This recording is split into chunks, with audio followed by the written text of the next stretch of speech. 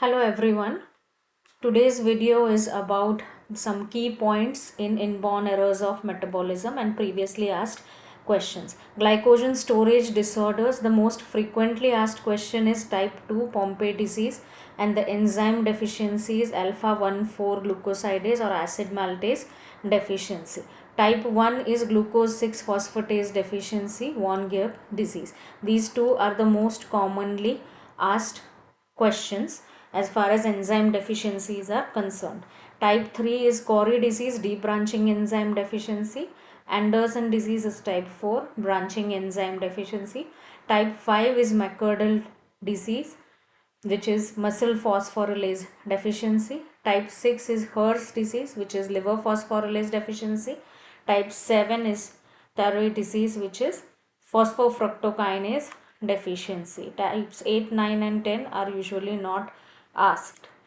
Now the first case scenario is the child has hepatomegaly, hypoglycemia, doll-like faces or fat cheeks. This should instantly ring a bell about GSD type 1, which is von Gierp disease. Here the hypoglycemia is not improving with glucagon or epinephrine. Okay.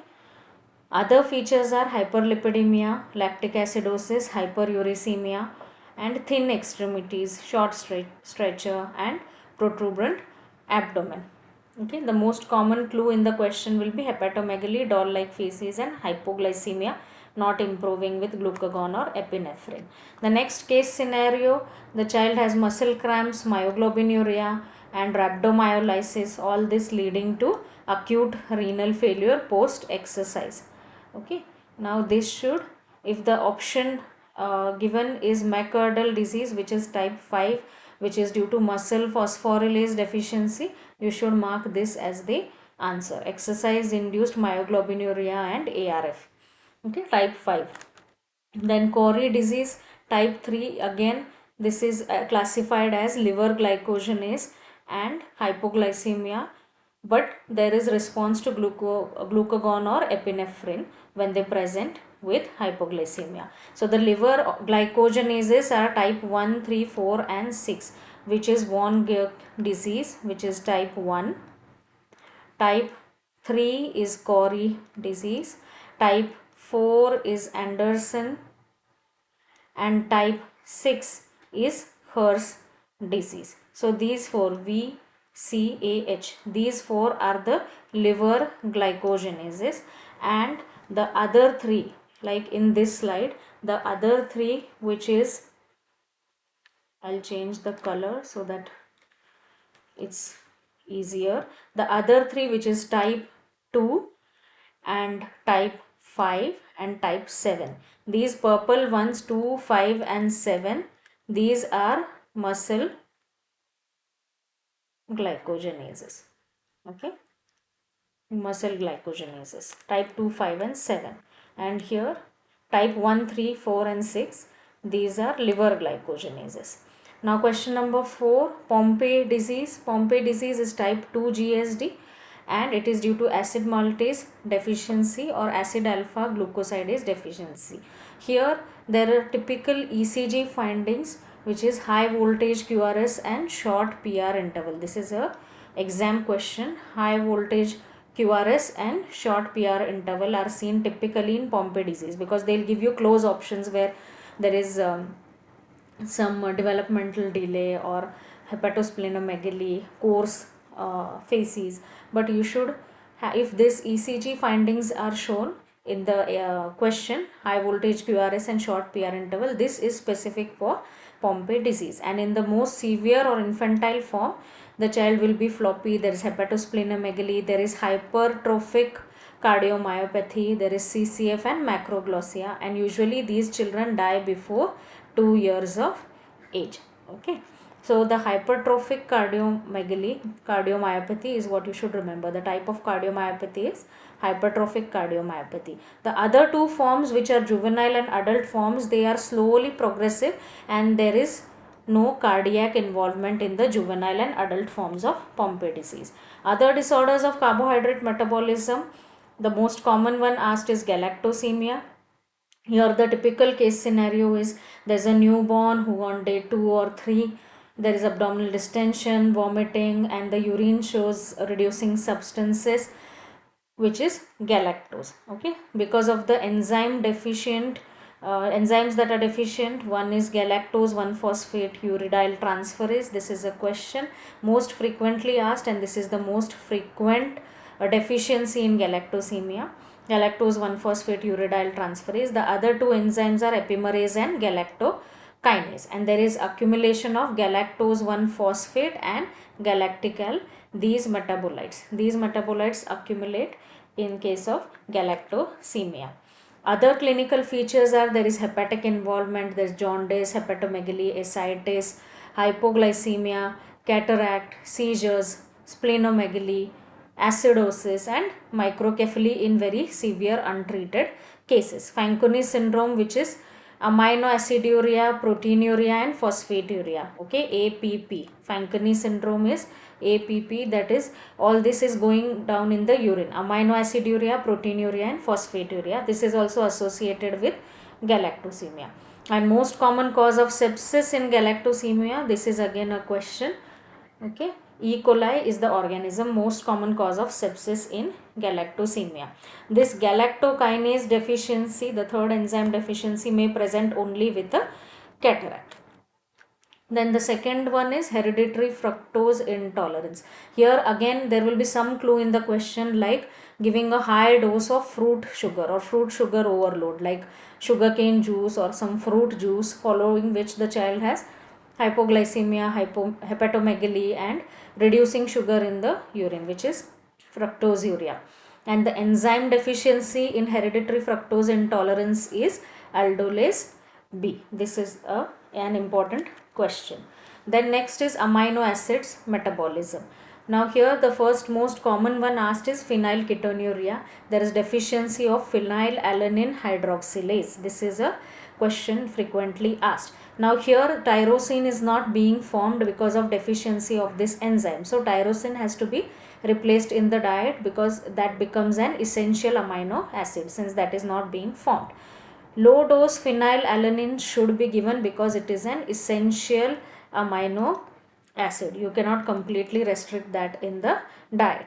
Then cofactor tetrahydrobiopterin, which is BH4, is used in mild forms, and that reduces the requirement of restriction of phenylalanine in the diet. Okay, so cofactor tetrahydrobiopterin is also used for a treatment. Clinical features of phenylketonuria are fair skin, blonde hair, seizures, hypertonia, mental retardation, exaggerated reflexes, musty or mousy body odor, microcephaly, and enamel hypoplasia. So this condition, if it is not identified and treated early, can lead to permanent neurological sequelae, and microcephaly is one of the prominent things in untreated cases of phenylketonuria. Guthrie test, again this is done on serum in phenylketonuria. Okay, and ferric chloride test is done on urine. Guthrie is done on serum and ferric chloride is done on urine. The urine turns green after the test because of this phenylpyruvic acid metabolite in the urine. This is a question. It turns green in the ferric chloride test. Both of these are questions asked. And then the metabolite is phenylpyruvic acid in the urine. Now organic acidemias. This is divided into two parts, ketosis and with no ketosis. With ketosis, if the question mentions there is skin manifestation, that is there is rashes and there is ketosis, and then there is other clinical features mentioned there, the answer should be multiple carboxylase deficiency. Usually with all the other options, if there is skin manifestation as a clue given, you should mark multiple carboxylase deficiency. Then with ketosis and no skin manifestation, then you have all these other options: propionic acidemia, methylmalonic acidemia, ketothiolase deficiency, MSUD, and isovaleric acidemia. With no ketosis, you have two options: increased ammonia. Now this is a direct indicator of urea cycle defect. No ketosis and increased ammonia, urea cycle defect. And normal ammonia, you have these two options: acyl CoA dehydrogenase deficiency and Hmg aciduria, hydroxymethyl glutaric aciduria. These are associated with no ketosis and normal ammonia. This particular slide is very important. Multiple carboxylase deficiency, the inheritance is autosomal recessive. The child has hypotonia, feeding problems, tachypnea, seizures and developmental delay. This question of tomcat urine odor, this is seen in multiple carboxylase deficiency. Labs will show acidosis, ketosis and hyperammonemia, and diagnosis is done by enzyme assay in lymphocytes. Okay, enzyme assay in lymphocytes, and the treatment is biotin replacement.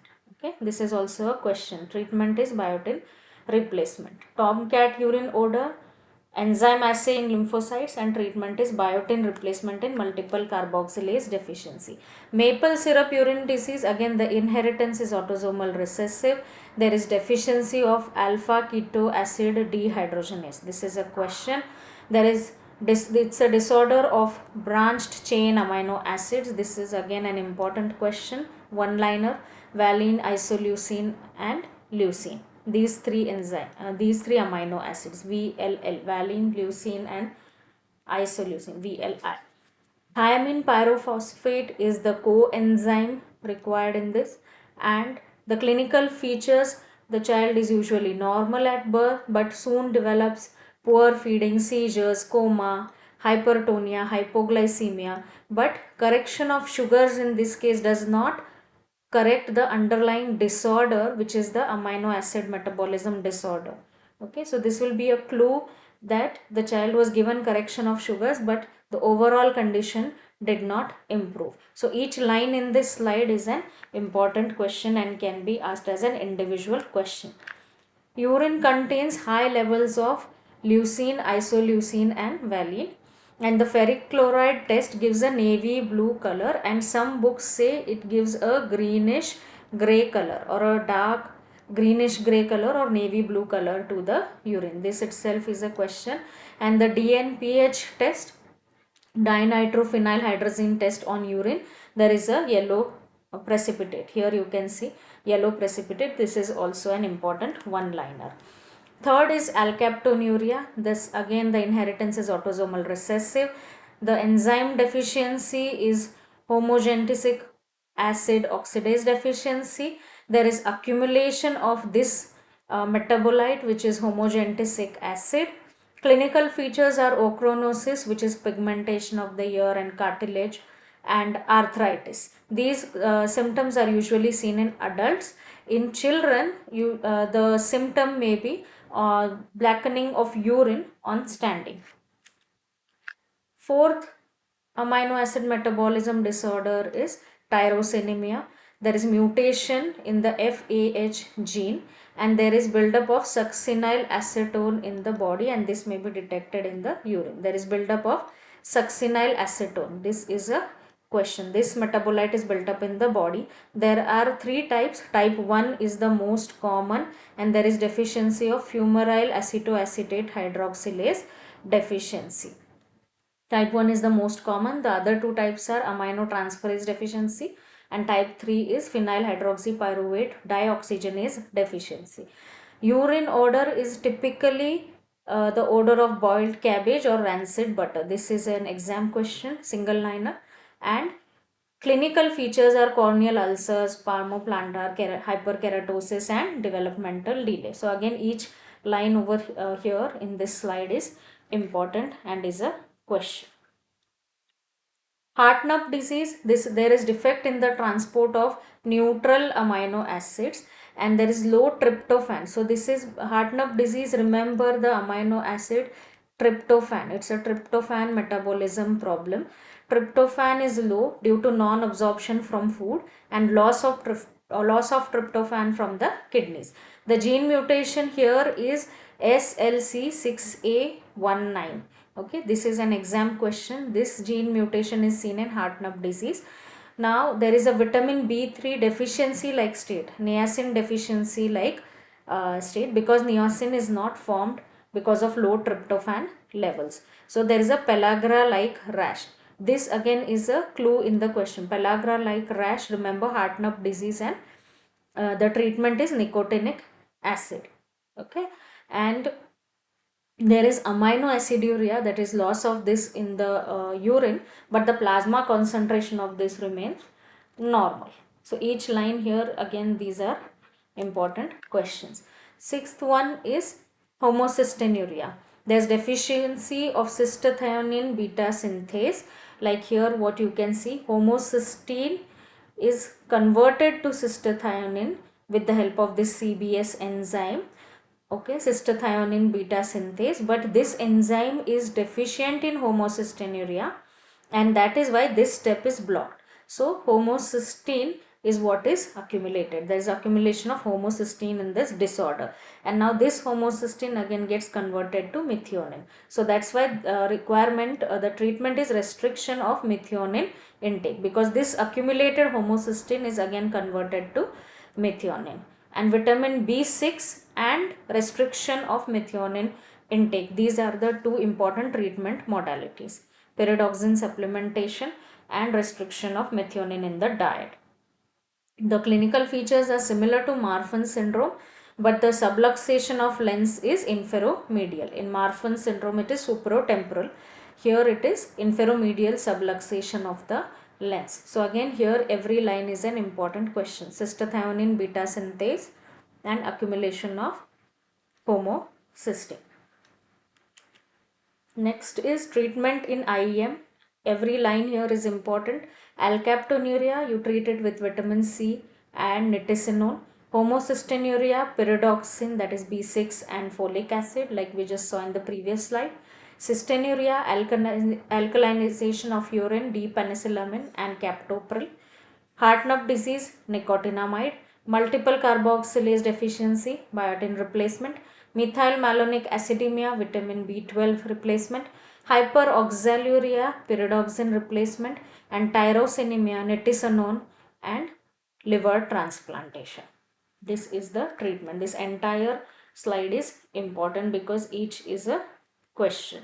Especially multiple carboxylase deficiency has been asked in the past. Tyrosinemia has been asked. Heart nerve disease has been asked. These three are definitely important. These four are important. IEM and associated odor. Glutaric acidemia type 2 is associated with sweaty feet odor.